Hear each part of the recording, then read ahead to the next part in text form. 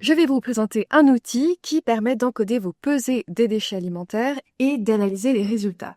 Donc, en fonction des données que vous allez introduire dans l'outil, vous aurez une vue sur le gaspillage moyen, mais aussi sur les postes qui génèrent le plus de gaspillage et sur le coût économique que ça représente. Alors, la première étape, c'est d'aller sur le site Manger demain pour trouver l'outil.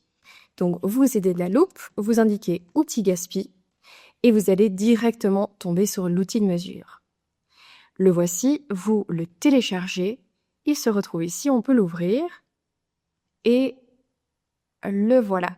On active la modification et il peut arriver qu'il y ait un message d'erreur comme celui-ci. Alors pour régler le problème, on peut aller dans Documents, Téléchargement, on sélectionne l'outil de mesure, clic droit, Propriétés et Débloquer.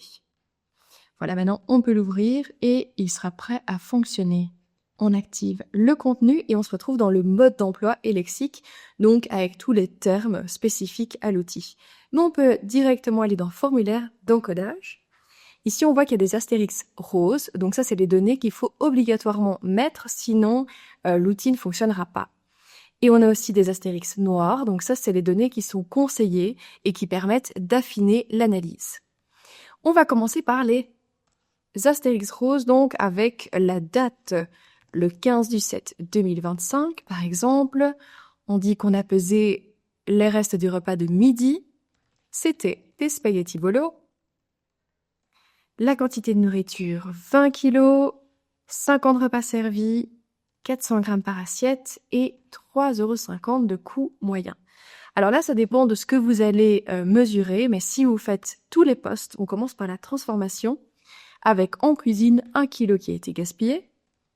Pour le service, donc, il nous reste, donc dans plat composé, puisqu'on est avec des pâtes bolo, 2 kg, donc qui n'ont pas été mis dans les assiettes. Les retours d'assiettes, donc ce qu'on a vraiment raclé les assiettes, 3 kg. Et on peut aussi dire pour l'exemple qu'on a trouvé des pâtes qui étaient périmées dans le stock. Et voilà, un paquet de 1 kg. On a plein de données intéressantes qu'on peut enregistrer.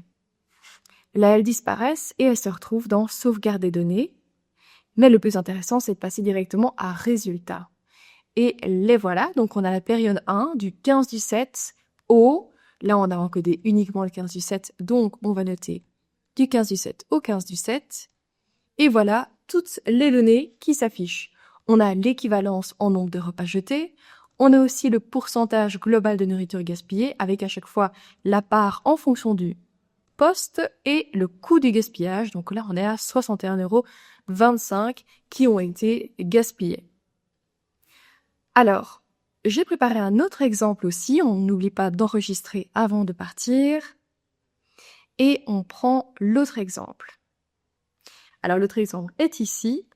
Donc, en général, pour avoir une vue assez globale du gaspillage alimentaire, on dit qu'il faut au moins faire 2 semaines d'affilée de pesée. Donc, c'est ce que j'ai fait ici. On imagine qu'on est dans une école avec 4 repas par semaine. Donc, ça nous fait 8 repas et donc 8 pesées du 30/6 au 11/7.